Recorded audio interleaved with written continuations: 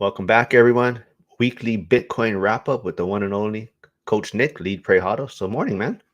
Good morning. How you doing? I'm so excited to be here this morning. I know I like looking forward to these kind of change of pace for me. So, you are my Bitcoin guy, so this should be fun. So, let's see here. Before we even talk price or charts, I wanna kind of zoom out for a second. Hold on, my other phone. There we go. I want to zoom out for a second because every week we kind of say the same thing. Don't listen to the government, central banks, etc. What they want to do and things like that. But this week, let's kind of dig into first maybe what did governments and central banks actually reveal this week? Their actions with money, not their words. Yeah, I think the crazy part is they basically said growth is being defended by borrowing, not productivity.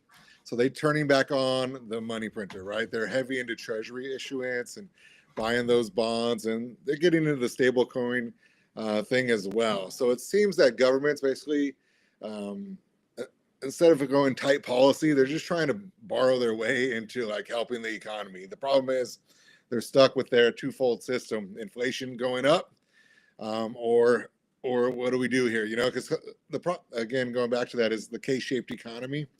We have the top part of the K doing really well. They don't even notice the change. They're living life. They're going on vacations. They're going to Honduras and Belize and all these things, like myself, you know.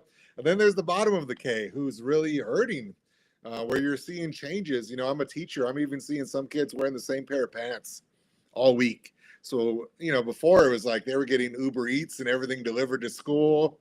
And you could see that they were just kind of blowing money at that house. And now things are different. The Uber Eats have stopped, and coming in with Starbucks every single day has been slowing down big time. So you can tell there's a difference between that bottom half and the top half of the K-shaped economy. And when it comes to the government, I think they're obviously reading the data, the tea leaves of what they get, but those tea leaves seem to be wrong all the time. You know, they get the data reports and then they revise them later, but they made decisions based on these reports months ago. So that's an issue. And then you have things like even for real estate where rents are going down, but the data lags 6 months behind for a lot of the rental stuff when it comes to their data. So it makes it really challenging. And instead of when you have this type of leverage system, the problem is basically that they're going to just keep borrowing. They're going to just keep inflating the dollar, inflating the dollar, weakening the dollar. And that's why we say to buy Bitcoin, because Bitcoin can't be inflated. Once they finish the 21 million coins, that's it. We're done. At least that's to believe, right? So we'll see once it happens. But once it does, that melting ice cube of fiat is killing people. The other thing is that right now Bitcoin is priced in fiat, so we just see it as how much it's worth: a 90,000, 124,000, and so on. But the challenge really is going to be, what is it going to be worth when it's priced in Bitcoin? How much can you get for a Bitcoin? See, Bitcoin hasn't changed. They talk about, oh, well, it's worth 90,000. No, the Bitcoin's still one Bitcoin. One Bitcoin equals one Bitcoin. It's the dollar value that has changed because everything's priced in fiat. And as time continues to go on, I believe that there's going to be a change in that value. I mean, you see what's happening in gold right now, especially. I mean, gold's at all-time highs, silver's at all-time highs, and things that you never thought about that were sleeping giants for a long time are reaching all-time highs. So it's going to be interesting. Yeah. Before we move on a little bit, I just want to remind everyone Nick's channel is in the chat. He's also streaming live there. So please go jump over there, hit the like, subscribe, comment something real quick. But maybe we can also add like, so if where was it? If someone ignored every headline and just watched policy and liquidity, what would they have noticed? Well, they would notice that the government is working towards changing some of the regulations of Bitcoin. They're putting in a Clarity Act, a Genius Bill that they want to pass through the House and Senate and obviously signed by the president. And once it's done, it eliminates things like wash trading. Right now, you can have wash trading in crypto because there's no regulations like the SEC has been doing for all the other stocks and things of that nature. So those changes are changes that are not like possibly going to happen. They will happen once it's passed, and they need to happen because the price of it is being manipulated by these people that control most of the coins. They sell the coins and they grab the leverage that's either being shorted or longed on the whatever they're perpetrating, they're using. And so that's the big change. So we want to know that Bitcoin doesn't need bailouts. We know that Bitcoin is going to keep the same value, but we also want some regulation. I know a lot of times people would think, well, you want it decentralized and you want unregulated, but the truth is some regulation is good. Even like governments, they don't want socialism and they don't want this and that, but there is a balance. We have a capitalistic America, but we do have some aspects of socialism that are in our country. We still have police and firemen, right? They're all being paid with tax dollars, military spending, tax dollars. We have parks, we have streets. And so there is parts of socialism that people might say is good. There's public education. We have teachers like myself getting paid with tax dollars. Now, do I love capitalism? I absolutely do. I love the idea that you can get rich, and that's why the freedoms of that are amazing. But the same thing's going to happen with Bitcoin. There's going to be some aspects of regulation that are going to be good, at least in my mind. Yeah, I think so. So when you see these actions in isolation, they're very interesting. But when you view them through the lens of sound money, kind of that's where it really matters, right? Yeah. But let's kind of go to, based on what we saw this week, did it strengthen or weaken the long-term case for Bitcoin as sound money, and why? Well, for this recap, it's a weekly recap of what's been going on this week, right? We know that the Fed lowered interest rates by 25 basis points, which makes liquidity a lot easier, as you could borrow for a less, rate most of the time. Though mortgage rates tend to go up immediately after they lower the Fed rate, right? They're kind of priced in earlier. But we also have banks now, big banks that are like Bank of America and JP Morgan and other banks, Citibank, that are now allowing you to borrow your Bitcoin so you can get loans off your Bitcoin without having to sell your Bitcoin to get that money. That's a huge deal for adoption, because that's what's really going on with real estate, right? You maybe get a HELOC or you refinance it. You still have the house, but you're pulling money out of it to get more investments. Well, a lot of people now are going to be able to keep the Bitcoin, but pull money out and do more investments. They might even just buy more Bitcoin with it, depending on the CAGR or whatever else that goes on the compound growth of it. But they might buy real estate. They might dollar cost average into ETFs with that money. But money, to make more money, is exactly what makes the future bright for Bitcoin. These things were not allowed. I mean, banks laughed at Bitcoin. Like JP Morgan was like lying to you, like it's fake money, it sucks, it's terrible. And then in Europe, he was over there buying Bitcoin, but he was telling America, and then he switched it over there. So it's a game of Wall Street and TradFi, and also of crypto and blockchain, all coming together through things like that. Yeah, to that point, one thing I always find fascinating is that the markets kind of move long before narratives do, right? And you can usually see it in behavior, before you see it in the headlines, right? But where did fear quietly increase this week, and where did conviction quietly grow? Yeah, fear increased in the labor market, I think. When people are afraid that there's going to be a big crash, well, we know that housing can crash. We've seen it before. So a lot of people are afraid to invest in housing because they see that rents went down, even though they know insurance and maintenance costs continue to rise. They see that people are losing their jobs around me. I know 4 or 5 people right now that are out of work, and they've been out of work for like 7 months. And their unemployment that they got, their little $450 a week, like that's about to end too. So we're in a state of concern. There is fear, there is uncertainty, and there is doubt. And there is doubt, especially from people that are older generations that have experienced like a great financial crash, because they've lost everything and they've had to rebuild it, and they don't want to lose it again. So there is a lot more fear in that realm. We're uncertain with what's going on. And we also hear things like President Trump talking about, they asked him, what should the Fed rate be? And he's like, 1%. You know what I mean? Like he's an asset owner. We know that. His kids are heavy into Bitcoin. We know that they obviously own the Trump Towers and golf courses and everything else. But how realistic is it that they lower it to 1% and we restart this whole problem all over again? And if we do, I think it just continues to extend the K-shaped economy. the bottom get left behind, and it's going to lead to a revolt or a revolution of some sort from the people that are struggling. Let them eat cake. History tells us that they will chop your head off. The guy who invented the guillotine, guess what? He got the guillotine. He died. You know what I mean? So it's all very possible with what's going on, and we got to be very careful in society about that.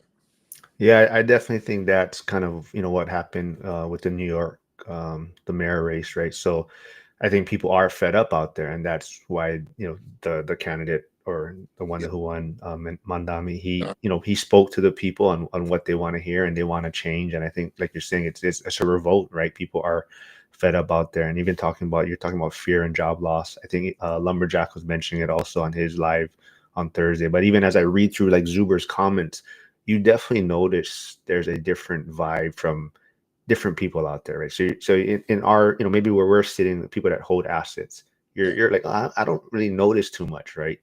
But there is people struggling and do have fear out there, and that kind of brings us to what most people watching price charts probably missed this past week. So what signal did smart money send this week that most people completely overlooked?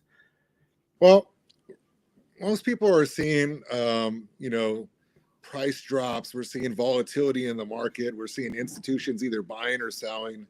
We're seeing that capital is not fleeing risk and things of that nature. But we know with Bitcoin, there's scarcity, right? There's resilience. And we're seeing it kind of steady out right now back at 90 grand when you price it in fiat. But I want to kind of even piggyback to what you were saying. A lot of times, I teach history. I got a master's degree. I can teach anything in social science, economics, world history, U.S. history, geography, anything. And I'm not saying that to brag or nothing. I'm just saying that's what my degrees are in. But a lot of times we think the president is just completely controlling the economy. They get way too much credit and they get way too much blame for things that are going on. Really, things like the Fed rate, the money printer, those are things, that's why Jerome Powell, he's really one of the most important people in the entire world. There's cause and effect to everything they're doing, right? When they lower the rates, borrowing gets going again, people start investing, they hire more employees, and they're extending their business. When the rates get up to where they are, they put a screeching halt onto the economy. And I think that presidents too often get blamed for things of the economy. Well, Trump's fault, the egg prices are here, or Biden's fault, this, it's like, look, man, there's a thing called the Fed, and they're deciding a lot of these things beyond Congress. Now, don't get me wrong, Congress could print money. They could, we obviously gave out checks and stimulus, and it seems like we're going to go that direction again. We're supposed to have the highest tax refunds back to people after this tax season. We're supposed to, I don't know. So we'll see what happens eventually. But there's a lot of things changing, and it seems like we might go back into that same cycle of inflation to fear to inflation to fear. But eventually, that can that we keep kicking down the road, that bill is going to be coming due to somebody. If someone did nothing this week except observe one thing, what should it have been? Maybe the one thing I would go back to is that the banks are allowing you to borrow against your Bitcoin. They're going to even be able to store your Bitcoin for you. A lot of times you buy Bitcoin and you're like, I don't want to forget my seed phrase, my password. I don't want to deal with cold wallets or hot wallets or anything like that. Banks are going to take all that out of that. So you're not going to have to worry about that. If you're, some Bitcoin maxis are paranoid and they won't want to do that. But a lot of times, a lot of people just don't want to lose their Bitcoin. I mean, if you have $100,000 Bitcoin, you don't want to you forget your password. I couldn't even get on live on this thing for like 6 weeks. So it's like, but I know my Bitcoin password. So, those things are all there. They're trying to take that out of there. So you're not afraid. We also have Wall Street that is trying to decide, like, they're late to the party. Wall Street didn't buy Bitcoin.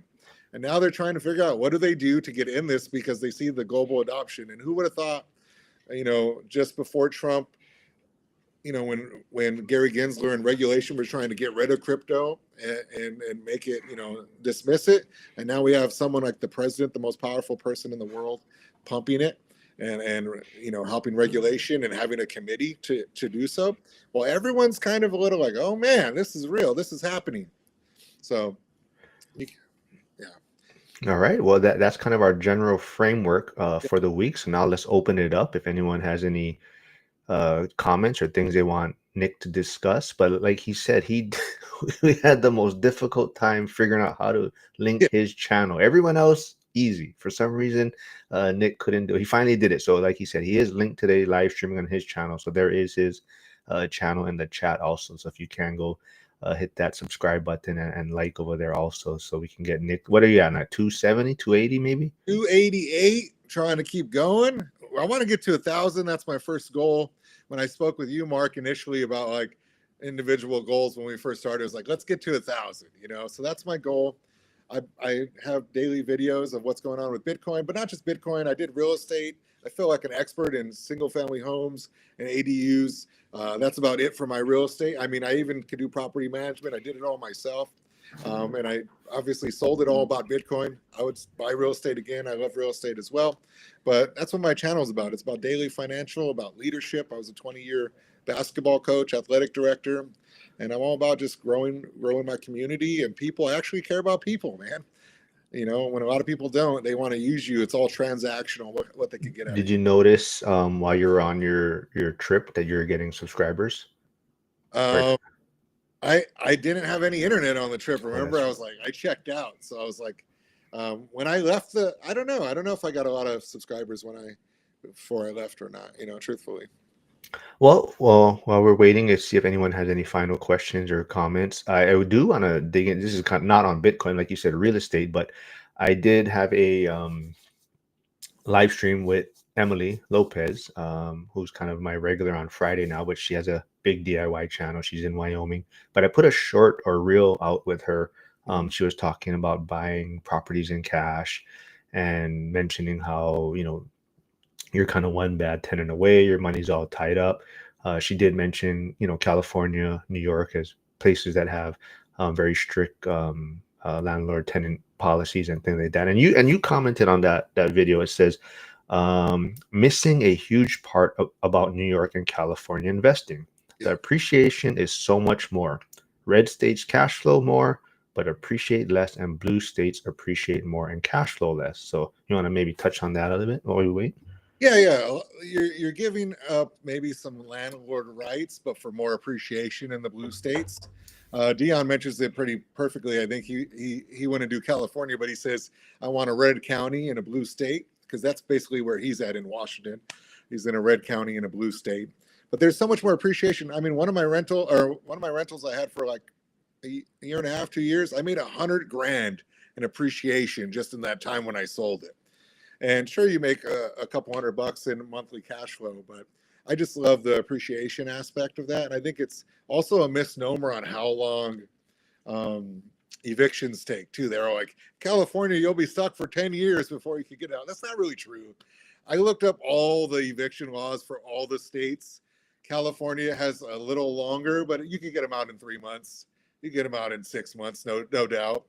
So that's not really true. And if you look at someone like Zuber, who has only California real estate, he's doing pretty well with what he was doing, and he wasn't worried about the eviction laws because he just evicts people. That's such a big misnomer on evictions in California. A All lot of right. people. So to that point though, right? So you talk about appreciation, and do you think I was trying to look for it. I didn't have time to find it, but does the appreciation, is it that much greater in, let's say, California and New York, or does it seem greater because the median price is higher, right? So it seems like the appreciation is greater, but the percentage wise, based on the price of the home, isn't that significant. So that could depend right there, I guess, in some ways. If you're in a place with less growth, less jobs, the incomes and wages aren't going up as much, then those houses have stayed. That's why they're still like in Gary, Indiana, where the millennial Mike does. I mean, how much is a property there? Like $100,000? You know, it's Oh very yeah, low. yeah, Yeah. So 100, yeah, half a going up Bitcoin. maybe No, goes up 3%, maybe, but at the same time, a lot of those places that even went up only went up because people during COVID decided to work remote and they went to those places and they actually bid those houses up to the most they've been. So I don't know. This is what I think. I think that HVAC costs a certain amount no matter what state you're in. I think a roof costs a certain amount no matter what state you're in. I think, you know, windows or these things, these capex expenses cost a certain amount. And I might as well get a lot of appreciation, in my opinion. Now sometimes, like LA County with Graham Stephan, it gets stupid. Now I got to pay you 38 grand to move out. Now that's a whole nother level. Now that's a blue county in a blue state. And those are the horror stories that you need to run from, where they had a moratorium for 2 more years after COVID. So that's where I think the California gets the bad rap. Before we get into Trade Better 99's questions, I do want to add, I forgot what podcast I was watching, but they had a great kind of explanation of California. Mhm. They said it's that hot blonde chick from high school that didn't have to do any work and always was getting asked out on dates, right? So California has all these attractive things. People want to live there, the weather, things to do, the economy. Then at some point, it's like it becomes a 40-year-old lady, with the wrinkles and not much to offer, and it's just like the time has come to move on in a sense, right? So yeah, I thought that was interesting how like California, it attracted a lot of people. You didn't have to do anything, right? How Gavin Newsom always talks about, Oh, yeah. right? And it's like, yeah, people just want to move there, but at some point, what are you offering them, right? So I found that interesting. But Trade Better 99 does say, Nick, what countries do you think will have the hardest adoption time of Bitcoin? What countries do I think will have the hardest adoption? I guess the I can't say specifically. We're seeing some things in Europe and places like even China where they're not allowing you to buy Bitcoin, where they're banning it from their countries. Even in America, they try to do heavy regulation through Gary Gensler, and that means less adoption from America. So Bitcoin price is not going to go up as much because you're not getting a huge country like America or China. And then they start opening it up because they need to understand you can't stop this train. It's going to keep, people are going to keep buying. They're going to keep adopting. It's going to keep happening. So I think anything you did buy in those countries, you just go to another one and spend it. I think those are the countries that are actually going to be better than a place like America because they're inflating money at a rate that you can't sustain. Like they're going up 70%. Your dollar's worthless, and those are the ones you want to get to. But I think places like China and other ones, what I've come to see, Germany sold like, let's just say 50,000 coins. And when it was at like 45,000 a coin, we'll just say for round numbers. And now it was worth 120. You know how many schools they could have built? How many hospitals they could have built? And now they're thinking about buying it again. It's like, whoa, you just sold it. And now you're thinking about buying it. But isn't that what people do psychologically? When it's not going good, or like, I don't want nothing to do with that. Right now, even people are like, I don't want to buy Bitcoin. It's down. People, you were praying like, I don't want to buy it when it's high. So the psychology of investing is very challenging, even with real estate. Real estate is unaffordable, people will say. Bro, it's 3.5% down if you're going to house hack it. You don't have 15 grand. If you don't have 15 grand, then you need to do a side hustle. Then you need to limit your spending. And I think you might have offended every beautiful blonde in California, by the way, by saying when they're 40, they're old. Well, okay, I should have said Not 50 old when there. they're 40. They're still beautiful, brother. I do want to skip over real quick. So Marlon RE I'm going to push back a little bit on this. It says, I love my Cali rentals. One property in Cali is the equivalent of 5 in the Midwest. It's just the facts. That is true. But like, why do many people want to try to get to small multis or multiple units? Because they're afraid of vacancies, right? So if you have only one property in California, that equals 5 properties in the Midwest. Now let's say that tenant moves out or you're vacant. So now all your cash is tied into this one property. Chances are you're going to be negative. Many properties don't cash flow right off the bat. So if you factor in, so let's say you have $1 million property compared to 5 $200,000 properties. So that's what I was saying about the percentages, right? So let's say that $1 million property appreciates 10% 1 year. So it's $100,000, it looks like, right? Let's say the Midwest property appreciates 5% or whatnot, right? So per that one property, the appreciation looks smaller from the total amount. But now when you combine it up to $1 million, right, it'll be 50. So yeah, you're going to be slightly behind in appreciation, but chances are you're cash flowing right on these properties compared to being negative in a California property. And now you have more units if you do have vacancies, right? Because that's why everyone is always trying to get duplex, triplex, or get smaller multis because they're worried about the vacancies, right? So yeah, that's just my thoughts on that part of it. Yeah, well, I think that's a good thing to bring up though, because he says one property in California. But is that one property a 16 unit? You know, even when you talk to Michael Zuber, he's like one rental at a time, get to four. But he's not talking about four doors, necessarily. He's talking about four properties, and the properties could have, if you got a quadplex, that still counts as one of the four. It doesn't count as four. So it could be interesting. Does he mean one just single family house? Does he mean one 32 unit place? And even then, you have different regulations. In maybe California and some other places, you have to have a live-in landlord if it's past 8 units or different things. So it could be a little complicated in that. And I understand what he's saying about appreciation. One, appreciation is not guaranteed. That's one thing you can't say. Now, it could be more likely because there's just more money in a place like California as well. You buy a great deal, and there's more possibilities there. People are willing to pay, and there's not as much money in some of those other places when they get hit by hard times or whatever. But you also have a Gavin Newsom that is ruining a good thing too, I think, not to be political, but there's a lot of rich people moving out of California. It's going to have an effect on the state very soon here. You see companies leaving. Those are the ones that are paying the most taxes. I know they like to say they're not paying taxes, but they're actually paying more. 40% of the country doesn't even pay taxes, the bottom 40%.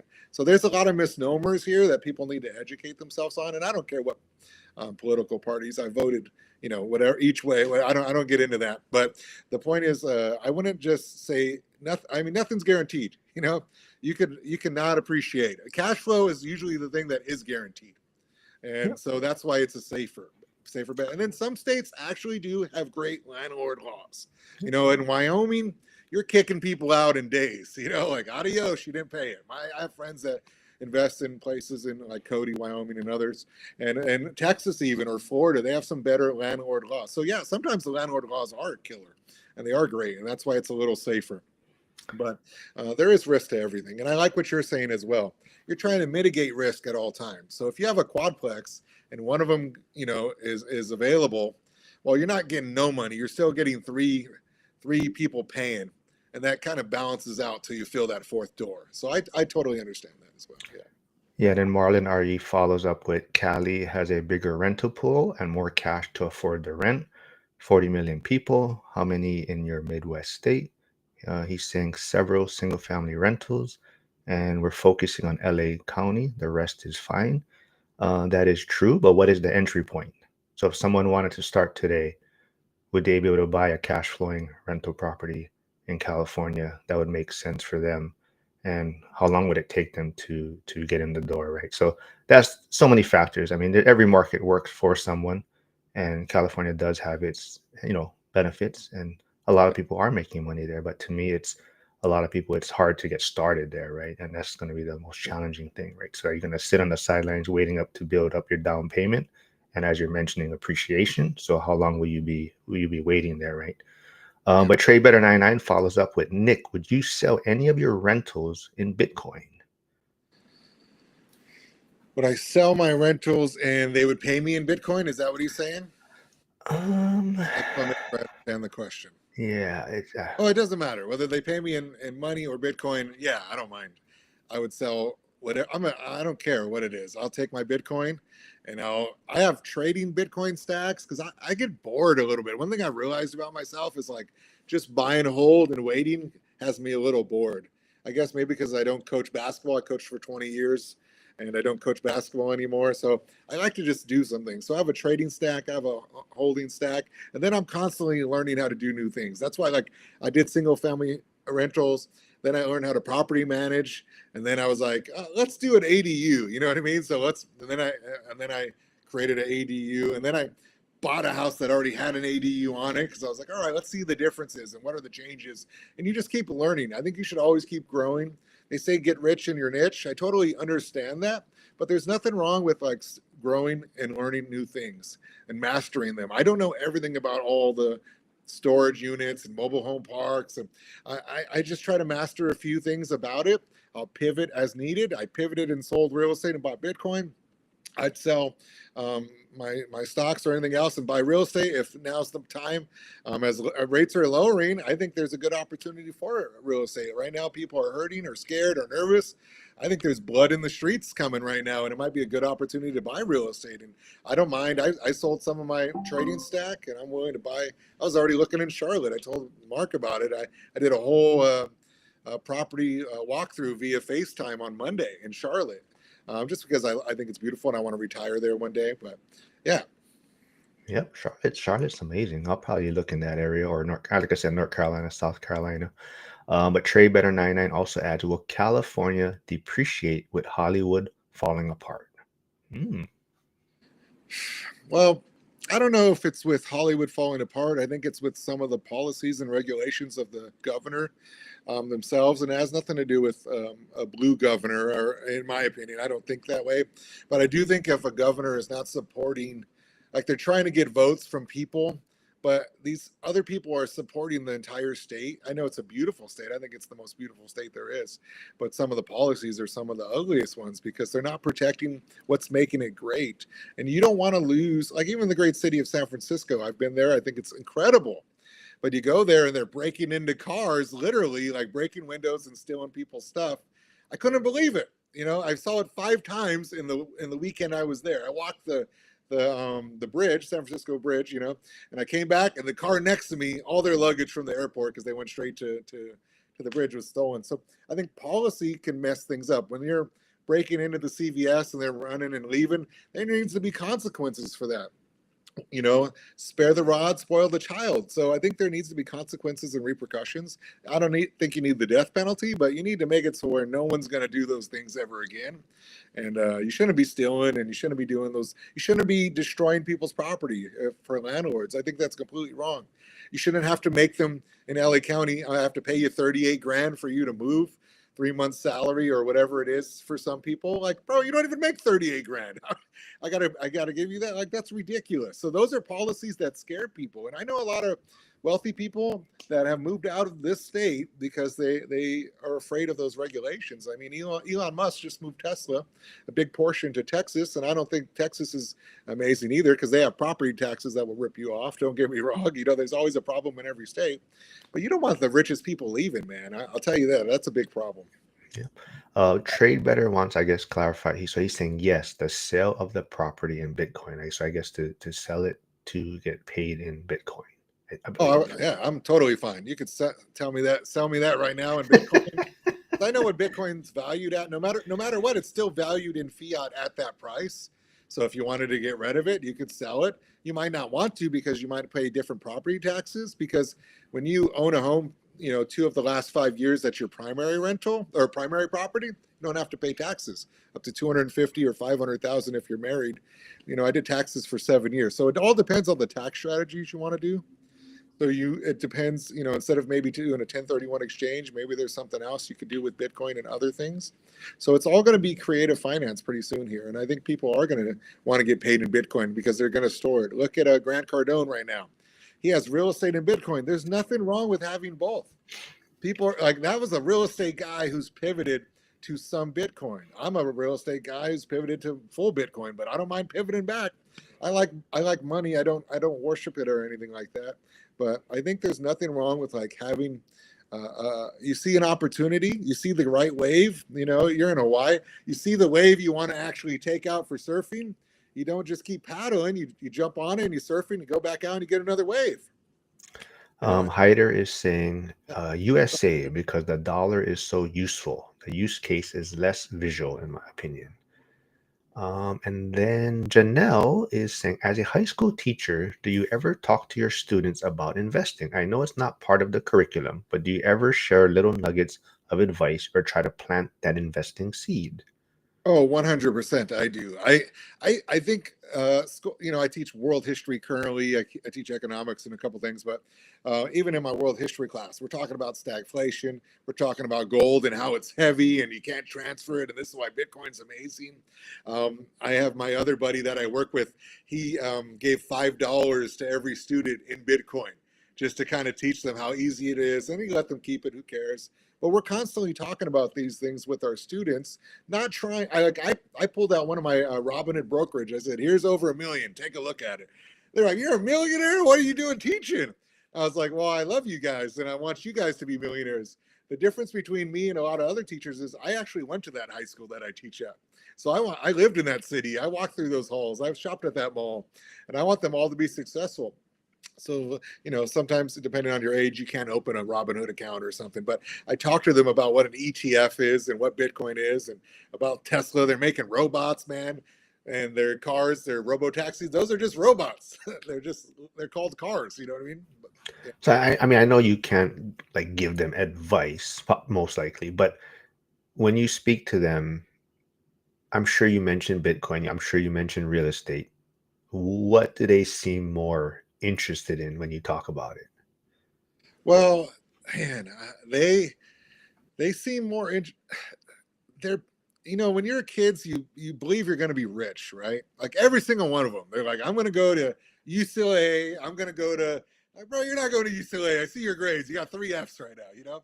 I'm going to be a multimillionaire. I'm like, son, how are you going to be a multimillionaire? Let's talk about that. And it opens up these doors where I get to talk to them about being committed. We do a thing over here in January. I do a GPA assignment because school GPA, but it's goals, plans, actions. What are your goals for 5 years from now in your relationship, in your finances, in your physical health, and so on? And then what's your plan to accomplish those goals? Because they'll tell you they want to be a millionaire and then have no plan. They'll just be like, well, I don't know. I'm like, well, you need to know. That's the only way to become a millionaire. You got to be intentional about it. And then actions are just your very next steps. What are you going to do immediately next? Well, I'm going to watch your video, Mr. Massey and Coach Massey, and I'm going to learn more about, I'm going to educate myself or whatever it is. But we actually talk about these things all the time. My school, I think, is amazing because we have a financial literacy class where we talk about Dave Ramsey and we talk about Kiyosaki and we do projects and how they're different and how they're the same. We also have things like a nursing program where we have like a full medical office room, like literally everything you would have in a medical, like a doctor's office plus things. We have aerospace thing where they learn how to fly. We have a guy who was in the military, the Air Force, who teaches them what flying's like. We have so many programs, and this is just a public school in California, and we have just so many amazing things that people kind of poop on because they don't really understand that these things are actually happening. Well, I think that's the last questions I see here. I think this was a good weekly wrap up. I don't think I mentioned it. I remember so your message must be getting out there, right? Because you were cutting your hair, you said the other week, and someone recognized you. Is that what happened? Yeah, I was getting my hair cut in the barber shop, and the barber next to me, I've been going there for quite a while. You know what I mean? I don't even know how long. I don't know, at least 2 years. And the barber next to me is looking at me, and I've seen him a million times. He's got the chair right next to me. He's looking at me, and he goes, "You're a YouTuber, right?" And I was like, "Oh my God!" It was like kind of like the coolest thing that's happened to me. You know what I mean? And I was like, "Yeah, I'm a YouTuber, I guess." I never really thought of myself as a YouTuber. I'm a coach. I got a master's degree. I do real estate, but I was a YouTuber. It was pretty cool. He was so amazed though. He was like asking me questions. He's like, "Do you know, I need to ask about Meet Kevin." I don't know Meet Kevin, bro. Just because I'm on YouTube doesn't mean I know Meet Kevin. But he was talking to me about it. He's like, "I like financial stuff, and you're on my feed." And it was just pretty cool, The Graham Stephan. I'm like, I don't know Graham Stephan. I'm on YouTube, but we're not friends, Very cool. Yeah.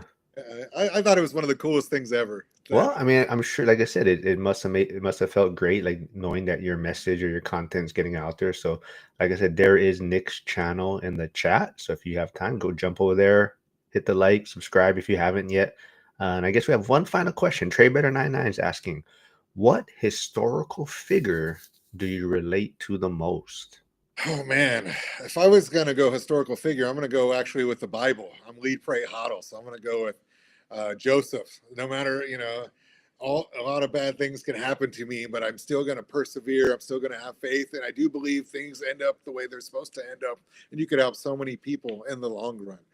So that's one thing I really like. Also, don't forget to subscribe to Mark's channel, a lot of times people, he's pushing out great content and pushing everyone else's channel, but make sure you subscribe to his channel. He's taken the time to do this weekly with me. He's got great energy, great questions, and he just seems to be such a great person from all the time that I've known him the last couple of months. So please don't forget to hit the like button and subscribe to his channel. Yeah, people, because Brandon passed me now. So Brandon was below me, and I'm promoting him all the time, and now he leapfrogged me. So now you guys can help me out and get past Brandon again. But we're all trying to do this together. So everyone is helping everyone out, and I think everyone has their own little message. So like Cody Davis on Monday, got Brandon Potts on Tuesday, I got Joel and Lauren. So yeah, it's fun. See, Marlon says, yeah, I love the fact that there are several history buffs on this channel.